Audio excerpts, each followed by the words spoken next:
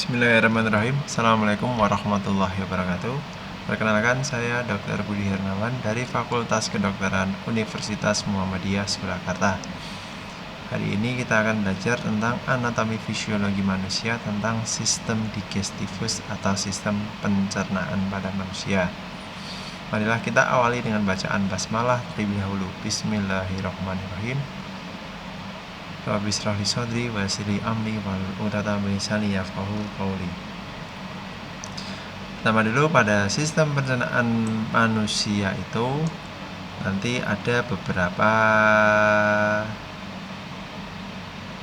tahapan. Jadi ada saluran pencernaan, namanya juga saluran. Jadi ada ujungnya, ada hulunya, ada hilirnya.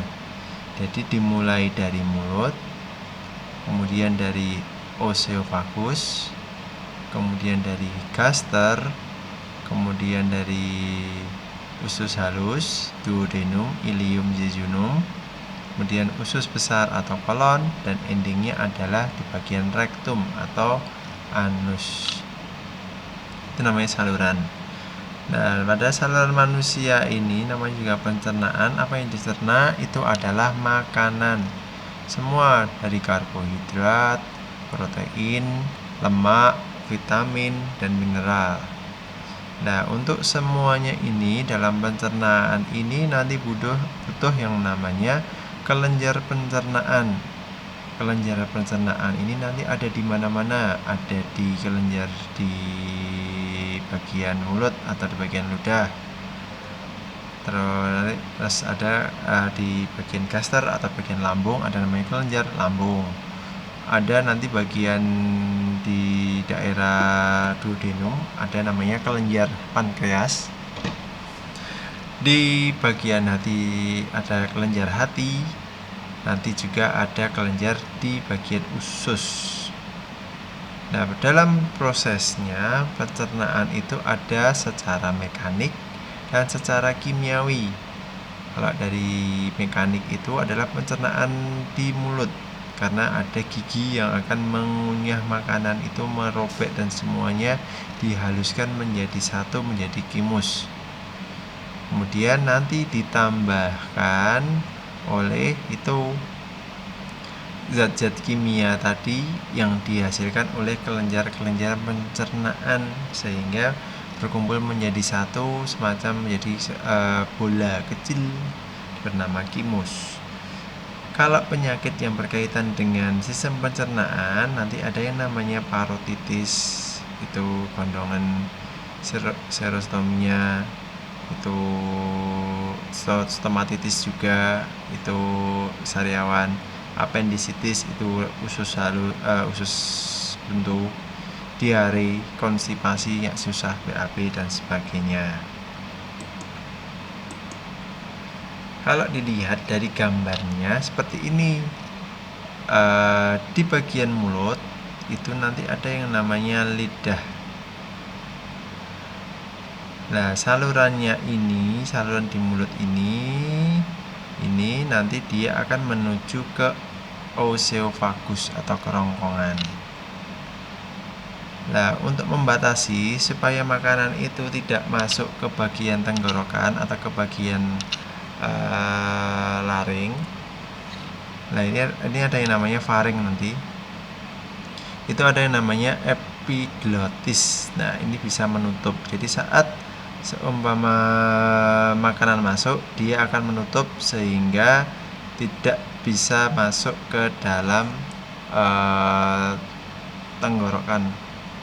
Ini kan kerongkongan. Nah, kalau seumpama kalian ngomong sambil sambil ngomong itulah, itu takutnya tersedak. Tersedak itu adalah masuknya makanan ke bagian laring, bagian tenggorokan ini. Itu namanya tersedak. Itu karena kalian sambil ngomong. Makanya dalam Islam dilarang makan sambil ngomong. Terus ini salurannya masuk oesophagus menuju ke gaster atau ventricle atau lambung bahasa Indonesianya. di bagian lambung ini nanti makanan akan dikasih cairan lambung.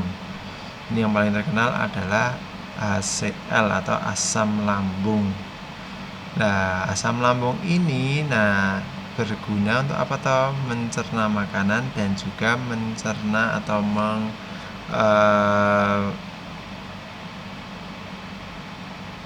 bakteri yang masuk ke dalam lambung.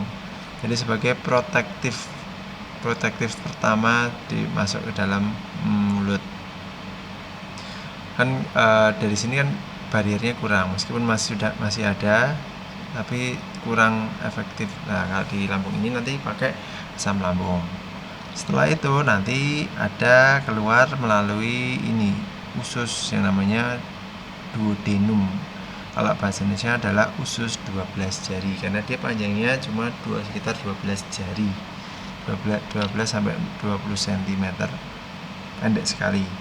Tetapi di sini di duodenum ini nanti ujung dari ini saluran kelenjar yang ada di hati, saluran kelenjar di empedu, saluran di pankreas. Nah, itu salurannya nanti menuju ke duodenum ini. Jadi kelenjar-kelenjarnya ini akan masuk ke duodenum ini.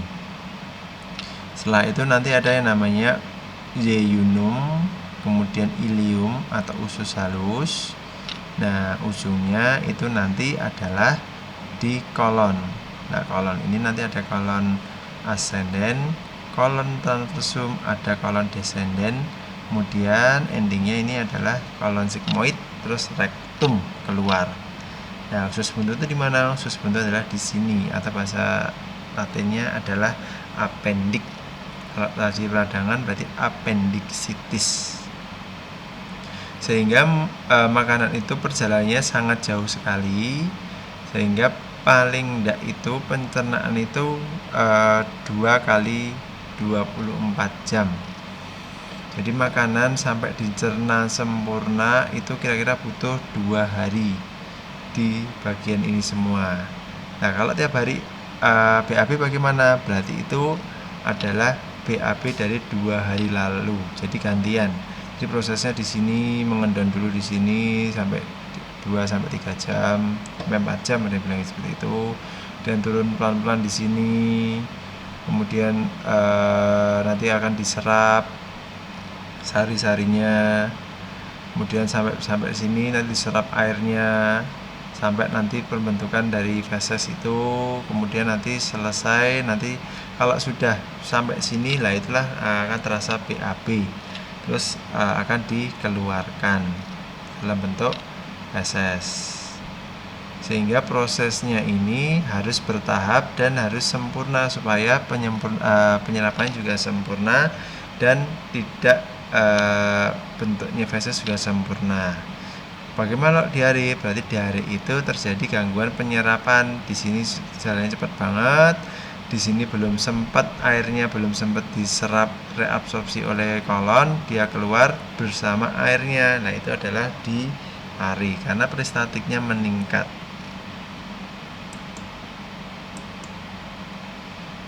Ini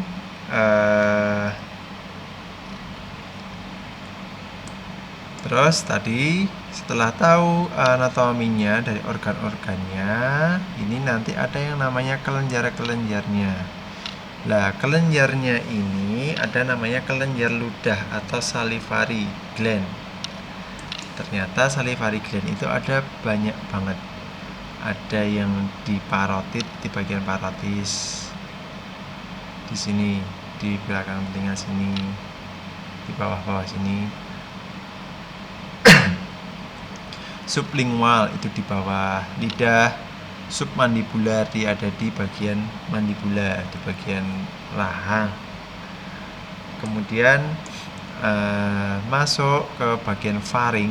Jadi sebelum oesophagus itu ada namanya faring dan laring. Laring itu nanti menuju ke tenggorokan.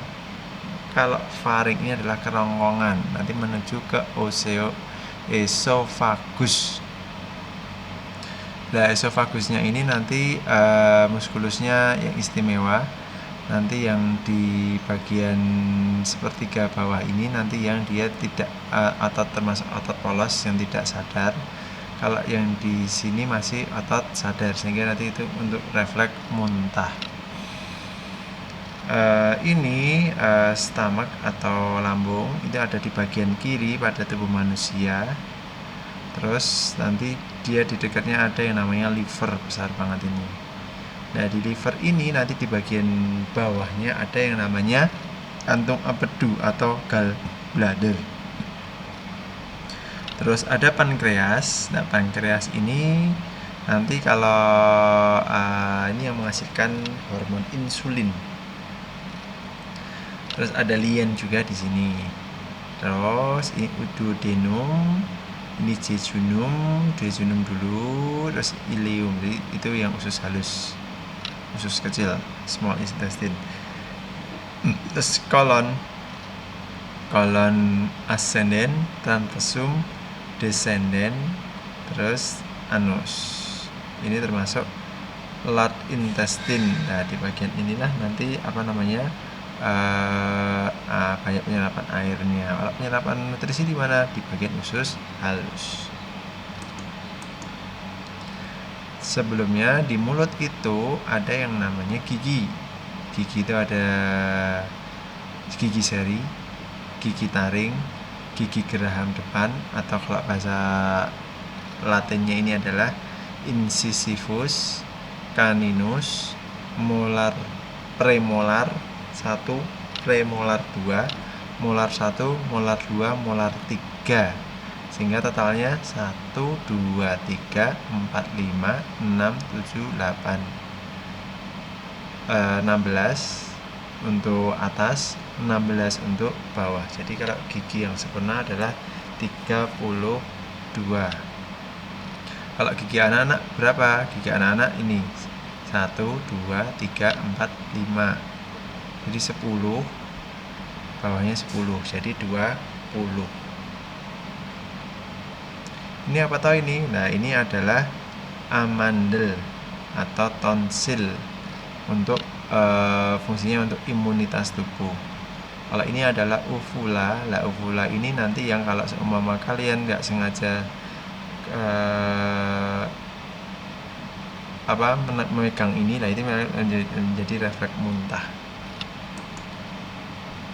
Ini bentuk gigi seperti ini. Nanti ada mahkotanya, ada tempat untuk akar sama saraf gigi. Kalau giginya berlubang sampai tembus sampai akar ini, nah ini yang akan menjadi giginya menjadi nyeri. Ini yang tadi, di sini ada palatum durum, palatum mole, ada lidahnya. Terus di lidah itu nanti ada bagian-bagiannya.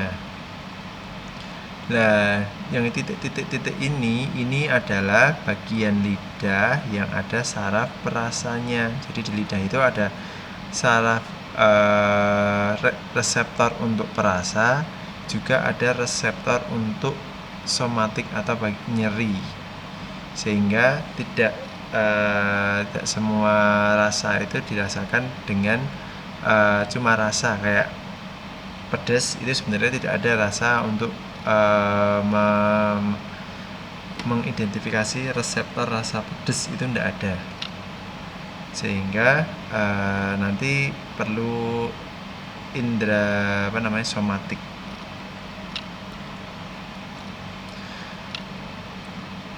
Rasa utama itu adalah manis, pahit, asin, dan asam. Jadi tidak ada rasa pedas. Jadi rasa pedas itu sensasi yang mengenai bagian somatik atau bagian nyeri di bagian lidah. Ini ada circum papilla, circumvallata, ada fungiform papilla, ada filiform, ada nanti yang bagian ini fungiform sama circumvallata ini yang isinya adalah reseptor dari indera perasa. Ini kalau dulu bilangnya seperti ini. Jadi rasa pahit kita rasakan di bagian pangkal. rasa asin di bagian pinggir, rasa asam di bagian agak depan pinggir, manis bagiannya depan. Nah, bukan seperti itu. Jadi sebenarnya semua rasa pahit, asam, asin, manis itu bisa dirasakan di semua tempat. Jadi misal kalau seumpama kalian menjilat sesuatu, kalau mau merasakan masakan kan cukup mengeluarkan lidah bagian ujungnya, kemudian kalian merasakan makanan di bagian ujung itu. Nah, kalau kalian cuma bisa merasakan manis di sini, kalian tentunya tidak bisa merasakan makanan itu asin dan sebagainya. Padahal di ujung ini juga bisa merasakan asin. Jadi buktinya itu toh, kalau kalian mencoba makanan itu wah kasinan. Nah, itu bisa dari sini. Atau kalau kalian mencoba makan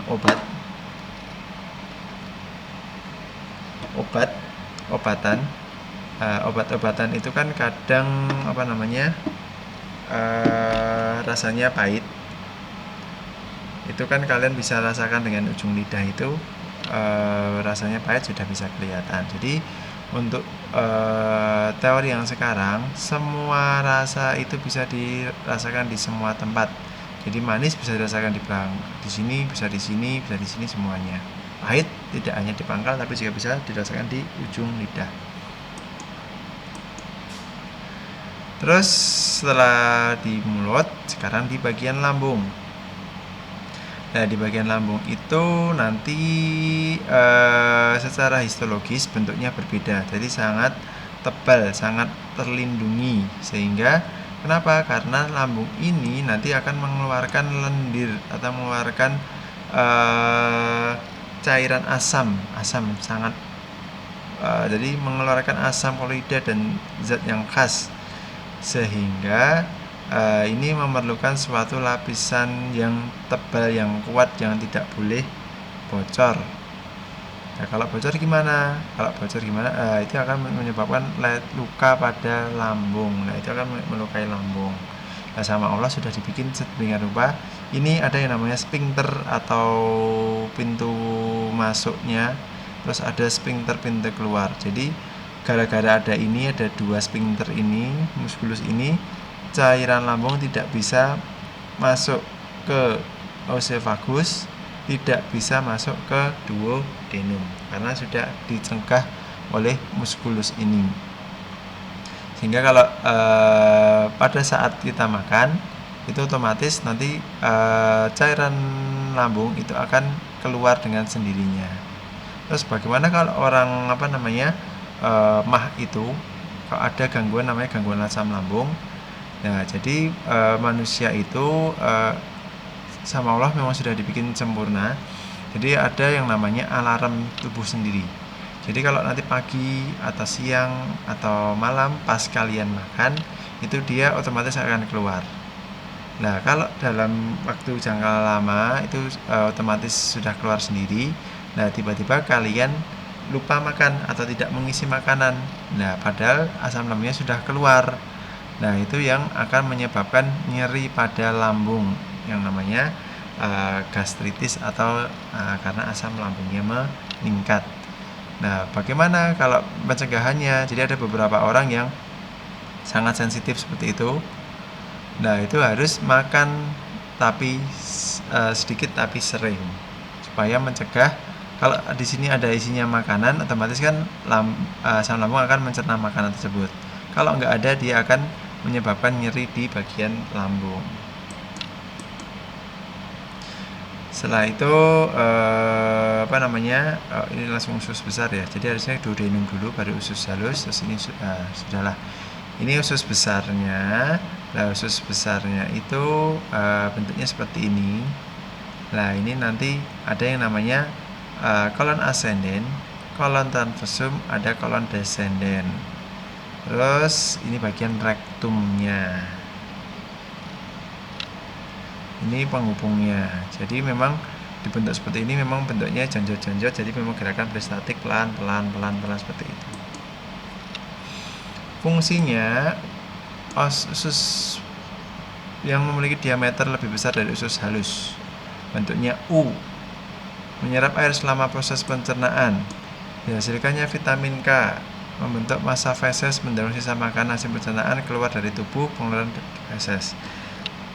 Nah ini kalau seumpama pada bayi, kalau dia konstipasi atau susah nanti bisa dipijat dari luar, dipijat dari arah ke atas, terus atas pinggir, atas U. Jadi kalau disingkat A love you, jadi I L U. Jadi dari bagian kanan ke atas, terus ke kiri, terus dari kanan ke atas ke kiri, terus kemudian turun ke bagian kiri ini. Nah itu bisa salah satu terapi untuk defekasi atau konstipasi pada bayi. Terus ini ada yang namanya hepar atau liver atau hati. Ini di belakangnya ada yang namanya kantong empedu. Nah ujungnya pada di duodenum. Hepar itu ada dua, lobus kanan, lobus kiri. Di bagian belakangnya nanti ada empedu. Nah, empedu ini nanti yang akan menyimpan cairan empedu. Nah itu biasanya untuk menetralisir dari racun. Jadi semua racun nanti bisa dimasukkan di sini. Atau bilirubin nanti juga bisa dimasukkan di sini.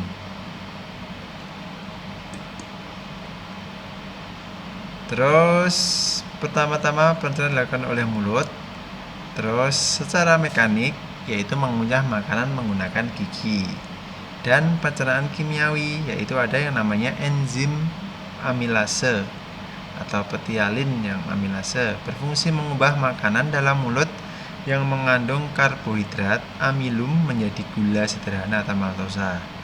Maltosa ini selanjutnya akan mudah dicerna oleh organ pencernaan selanjutnya. Jadi sudah dari awal-awal sudah dikasih amilase yaitu untuk mengubah amilum menjadi gula sederhana atau maltosa. Ini suhunya harus dipertahankan 68 sampai 7. Suhunya pH-nya 6,8 sampai 7 dan suhunya 30 derajat Celcius. Terus setelah di mulut nanti makanan menuju lambung dan melewati kerongkongan. Jadi lewat oesophagus dulu. Makanan bisa turun ke lambung karena adanya gerakan kontraksi pada oesophagus. Jadi gerakan turun ke bawah. Jadi kalau makanan itu jangan bayangkan seperti pipa langsung turun langsung ke atas bawah ini, enggak. Tapi dia turun pelan-pelan. Jadi jeret, jadi kayak pulsasi zip. Jadi masuk ke lubang satunya, jadi seperti ini, pindah. Nah nanti di lambung makanan akan melalui proses pencernaan kimiawi. Jadi sudah tidak ada mekanik lagi, tapi secara kimiawi. Apa aja toh? Nanti ada ini, renin. Renin untuk apa? Mengendapkan protein pada susu dari air susu ibu, hanya dimiliki oleh bayi. Jadi saat bayi itu kan kita makanannya kan ASI. Nah, nanti sama Allah sudah disiapin namanya renin. Nah, renin ini untuk mengendapkan protein. Terus kalau sudah besar bagaimana? Ada yang namanya pepsin, memecah protein menjadi pepton. Terus ada yang namanya HCl atau asam klorida, berfungsi untuk mengaktifkan pepsinogen menjadi pepsin. Jadi awalnya memang pepsinogen, terus tiba menjadi pepsin, baru bisa bekerja. Itu yang mengubah adalah HCl. Terus ada yang namanya perlindungan atau disinfektan, merangsang pengeluaran hormon sekretin dan kolesitokinin pada usus halus. Jadi asam lambung ini juga sebagai bisa pelindung atau imunitas yang non spesifik. Kemudian dia juga akan merangsang ini pengeluaran hormon di usus halus. Terus enzim lainnya adalah lipase. Tadi pepsin untuk protein, lipase itu untuk lemak menjadi asam lemak dan gliserol. Tapi lipase kan sangat sedikit. Berapa jam toh sebenarnya makanan di lambung itu? Makanan diproses di lambung itu membutuhkan waktu sekitar 3 sampai 4 jam. Makanya kita disarankan makan malam itu 3 jam sebelum tidur. Jadi kalau kalian tidur malamnya jam 9, berarti jam 6 harus sudah selesai makan. Kenapa? Biar proses di lambung itu sudah selesai, jadi tidak menyisa di situ. Terus setelah makanan diproses di lambung akan dibawa ke usus 12 jari atau duodenum. Di duodenum tadi kan memang saya bilang ada ujung-ujungnya atau ada yang namanya enzim yang berasal dari pankreas, yaitu amilase, seperti yang di mulut tadi, mengubah amilum menjadi gula lebih sederhana maltosa. Jadi tetap ada yang diubah lagi. Lipase, enzim yang mengubah lemak menjadi asam lemak dan gliserol, sama kayak di lambung, tapi yang di sini lebih banyak jumlahnya. Trypsinogen, jika belum aktif maka akan diaktifkan menjadi trypsin, yaitu enzim yang mengubah protein dan peptan menjadi dipeptida dan asam amino yang siap diserap oleh usus halus. Jadi nanti di usus halus nanti tinggal diserap. Jadi pencernaan dari awal itu sudah ditambahi enzim dan sebagainya, itu memang dipersiapkan sehingga nanti di usus halus itu akan mudah untuk diserap oleh tubuh. Terus di duodenum itu ada namanya empedu, dihasilkan oleh hati dan ditampung di dalam kantung empedu. Tujuannya apa tahu empedu ini? Empedu ini nanti mengalir ke usus 12 jari. Empedu ini nanti fungsinya adalah mengemulsikan lemak. Jadi untuk mencerna lemak betul diemulsikan. Nah, yang tugasnya adalah tugas dari empedu. Nah, zat warna empedu berwarna kecoklatan dan dihasilkan dengan cara merombak sel darah. Jadi pada saat pembentukan sel darah merah itu ada namanya siklus darah. Dan siklus darah itu nanti ada perombakan. Jadi saat sel darah merah itu yang berumur 120 hari itu akan dicerna atau di fagositosis. Nah, nanti hasil fagositosisnya itu ada namanya bilirubin. Nah, bilirubin itu nanti dimasukkan, disimpan di dalam empedu. Nah, zat warna empedu ini nanti warnanya kekuningan dulu. Nah, selanjutnya pada prosesnya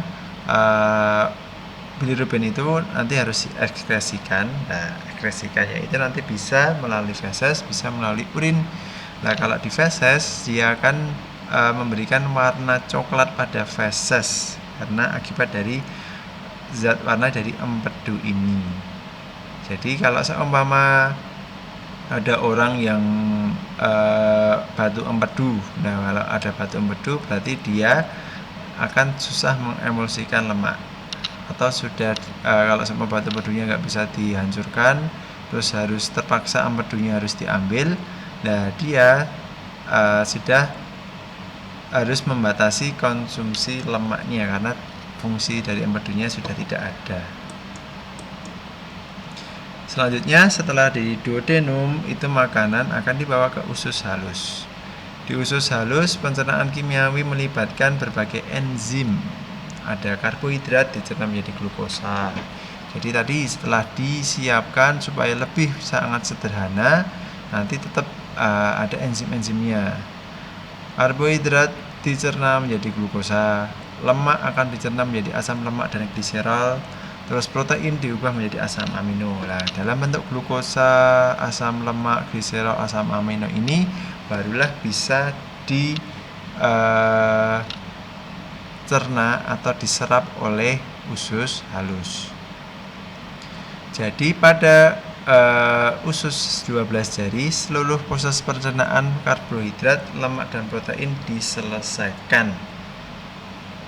Nah, sudah selesai, ini finishingnya di sini tinggal diserap. Proses penyerapan absorpsi akan berlangsung di usus kosong atau halus dan sebagian besar di usus penyerap. Ini jejunum dan ileum. Karbohidrat diserap dalam bentuk glukosa, lemak, asam lemak, protein serap asam amino. Vitamin dan mineral tidak mengalami pencernaan dan dapat langsung diserap oleh usus. Jadi nanti kalau masih ada yang namanya vitamin dan mineral itu tidak melalui proses tadi pencernaan enzim, tapi bisa langsung diserap. Kalau karbohidrat harus dibentuk glukosa dulu, lemak harus dibentuk asam lemak, protein harus dibentuk asam amino. Terus makanan yang tidak dicerna di usus halus, misalkan selulasa bersama dengan lendir akan menuju ke usus besar menjadi feses. Jadi ada makanan yang memang susah dicerna kayak serat-serat itu. Nah, serat itu memang fungsinya apa tahu? Fungsinya dia akan membantu peristaltik, sehingga kalau ada serat itu karena susah dicerna, peristaltiknya juga akan lebih meningkat, sehingga akan lebih memudahkan pergeseran dari feses itu supaya tidak menggumpal atau menetap di bagian usus besar atau usus halus. Di dalam usus besar nanti ada namanya E. coli, bakteri normal, flora normal dari tubuh. E. coli membantu proses pembentukan sisa makanan. Jadi tetap di sisa-sisa makanan itu tidak serta-merta membentuk feses sendiri, perlu bantuan E. coli dibusukkan dulu. Terus selain membusukkan makanan, E. coli menghasilkan vitamin K. Nah, vitamin K ini untuk apa tahu? Vitamin K ini nanti termasuk dalam proses pembekuan darah. Faktor-faktor pembekuan darah ada vitamin K-nya. Terus sisa makanan dalam usus besar masuk banyak mengandung air. Jadi saat diserap itu di usus halus itu dia hanya menyerap sari-sari makanannya. Terus masih banyak air-airnya. Nah, karena tubuh masih memerlukan air tersebut, sehingga nanti ada yang namanya proses reabsorpsi di bagian usus besar. Nah, reabsorpsi ini nanti dia akan menyerap air ke dalam tubuh kembali, direabsorpsi, sehingga sisa makanan akan dibuang melalui anus berupa feses itu sedikit airnya. Proses ini dinamakan defekasi dan dilakukan dengan sadar. Jadi sampai kalau di usus besar itu masih otot polos, jadi otomatis bekerjanya tanpa kesadaran. Nanti kalau sudah dimasuk di bagian anus, di bagian itu nanti ototnya termasuk otot lurik yang berdasarkan kesadaran. Ini seperti saya bilang tadi, di awal itu ada yang namanya bolus. Jadi makanan itu nanti dicerna dibentuk bolus seperti bola-bola kecil ini. Nah, ini saya bilang tadi, ini ada dua saluran. Saluran menuju ke trakea, ada saluran menuju ke kerongkongan. Kalau makanan itu kan tujuannya adalah ke kerongkongan, makanya epiglotisnya dia akan menutup ke trakeanya ini. Nih gambarnya seperti ini. Ini epiglotisnya. Terus epiglotisnya ini otomatis dia akan menutup supaya apa? Supaya makanan tidak masuk ke bagian tenggorokan yang menuju ke paru-paru. Nih ketika ditelan dia akan menutup terus masuk sini. Minum pun juga seperti itu. Jadi harus tertutup. Nah, kalau kalian minum atau makan sambil ngomong, lah ini kan ngomong itu kan butuh udara dari paru-paru. Nah, itu akibatnya nanti akan kesedak karena makanan itu harusnya masuk ke sini malah masuk ke sini. Nah, kalau kalian refleks batuk dan sebagainya itu memang refleks untuk biar makanan dan minuman itu tidak masuk ke dalam ke tenggorokan. Itu adalah refleks dari manusia supaya melindungi. Nah, ini nanti di bagian bawah ini awalnya ini di atas kontraksi dulu. Kontraksi untuk apa tahu? Nah, untuk supaya tertutup. Setelah ini masuk terlewati ini, dia akan relaksasi. Upper oesophagal akan relaksasi. Setelah relaksasi supaya bisa mendorong ke bawah, dia akan kontraksi. Otomatis epiglotisnya akan membuka untuk bisa bernapas. Kalau ini menutup terus, kita juga tidak akan bisa bernapas. Jadi gantian. Kalau makanan sudah lewat, kita bisa bernapas. Tapi kalau kalian bernapas dan makan, tidak bisa. Jadi harus satu-satu. Ini kontraksi C. Terus D ini, jadi seperti itu gantian. Relax, kontraksi, relax, kontraksi, sampai masuk ke dalam sini gantian. Terus habis itu ini kita masih ada pelindungnya. Ini adalah gastroesophageal sphincter. Tadi ada di sini terlindungi dulu supaya asam lambung tidak bisa keluar ke sana. Setelah masuk, terus nanti gantian gastrik sphincternya terbuka, terus habis itu setelah masuk dia akan menutup. Begitu seterusnya makanan. Jadi kalau kita makan itu memang satu-satu dicerna yang benar. Kalau dari ajaran Islam kan ajarannya 33 kali. 33 kali itu apa? Supaya benar-benar bentuknya bolus. Terus terisi juga campuran kelenjar ludah dan sebagainya. Supaya apa? Supaya nanti waktu pencernaan di sini itu akan lebih mudah dimudahkan. Coba bayangkan kalau di sini masih dalam bentuk utuh, daging besar, terus keselak. Nah sini kan akan lebih susah menelannya. Di sini aja susah menelan, apalagi di sini prosesnya akan lebih berat.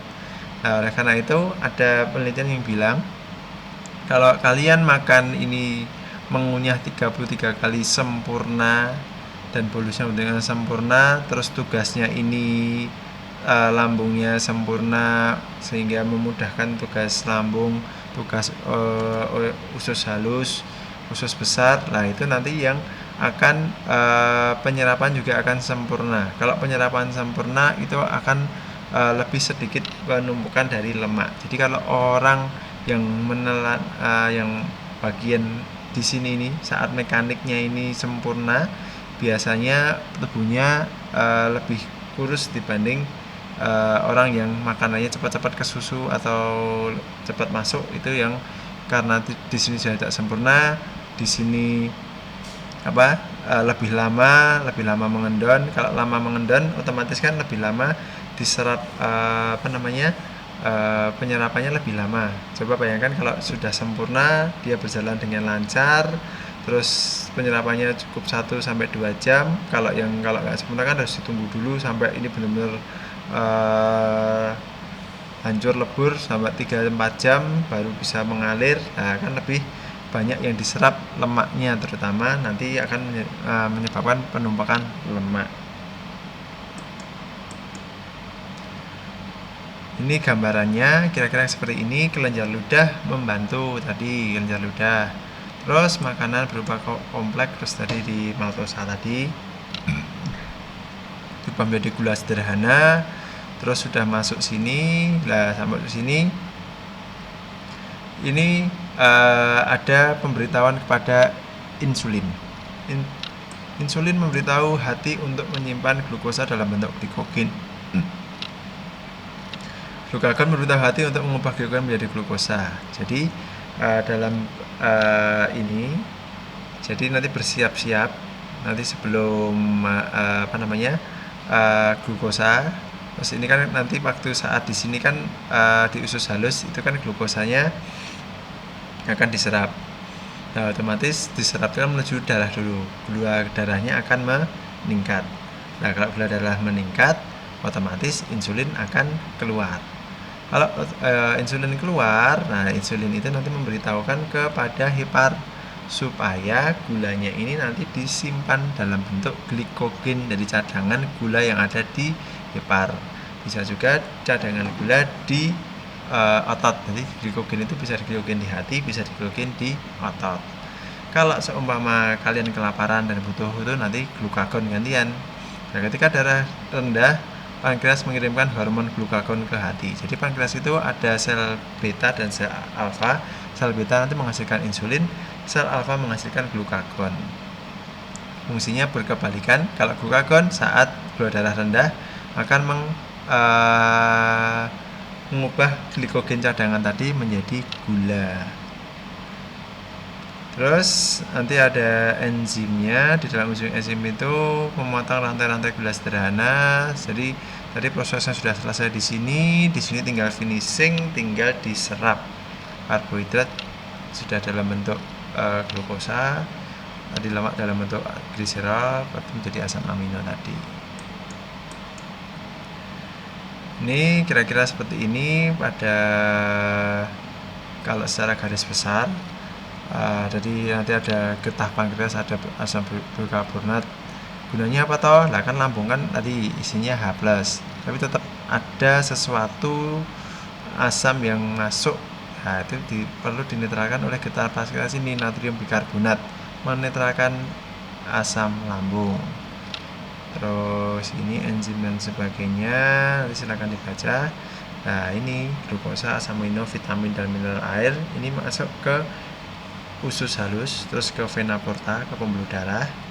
Nah, kalau asam lemak gliserol kemana? Ke pembuluh getah bening masuknya untuk disimpan. Terus ini sudah diringkas, nanti ada enzim betialin, karbohidrat, pankreas, amilase mengubah amilum menjadi maltosa. Di usus halus ada enzim erepsin mengubah peptide menjadi asam amino dan sebagainya, nanti silakan dibaca sendiri. Ini karbohidrat urutannya ya, karbohidrat, maltosa, glukosa.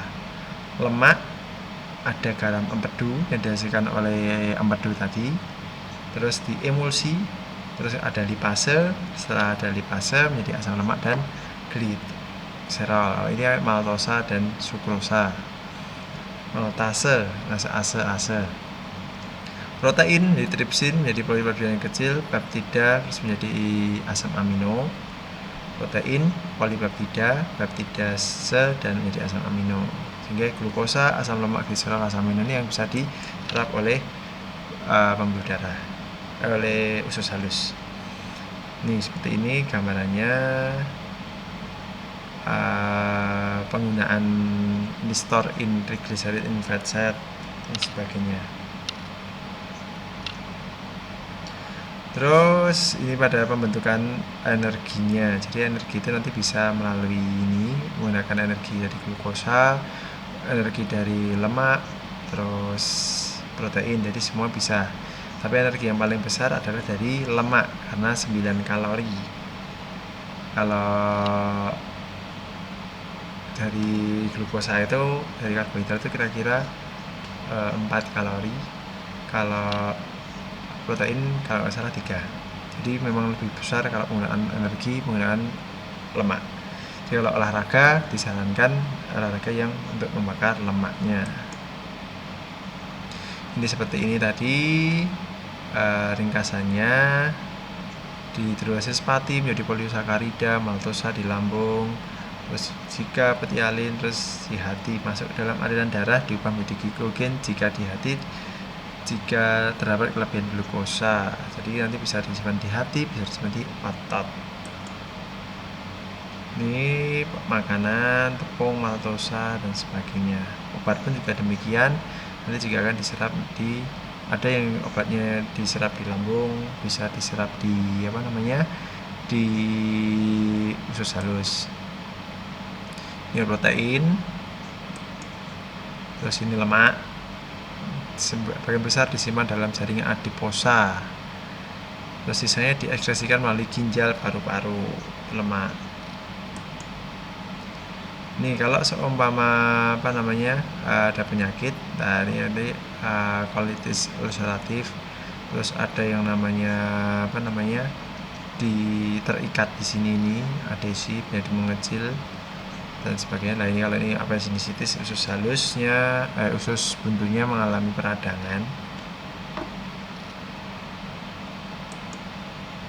Bahan kimia ini untuk masuk ke dalam tubuh. Nah ini kan harusnya prosesnya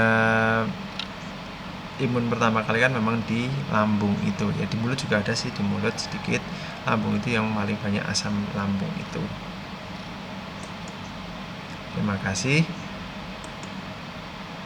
Ini nanti ada post test, nanti silahkan dibaca, dijawab. Mari kita akhiri dengan bacaan hamdalah. Alhamdulillahirrahmanirrahim. Doa khairul majelis. Subhanakallahumma wa bihamdika asyhadu an la ilaha illa anta astaghfiruka wa atubu ilaik.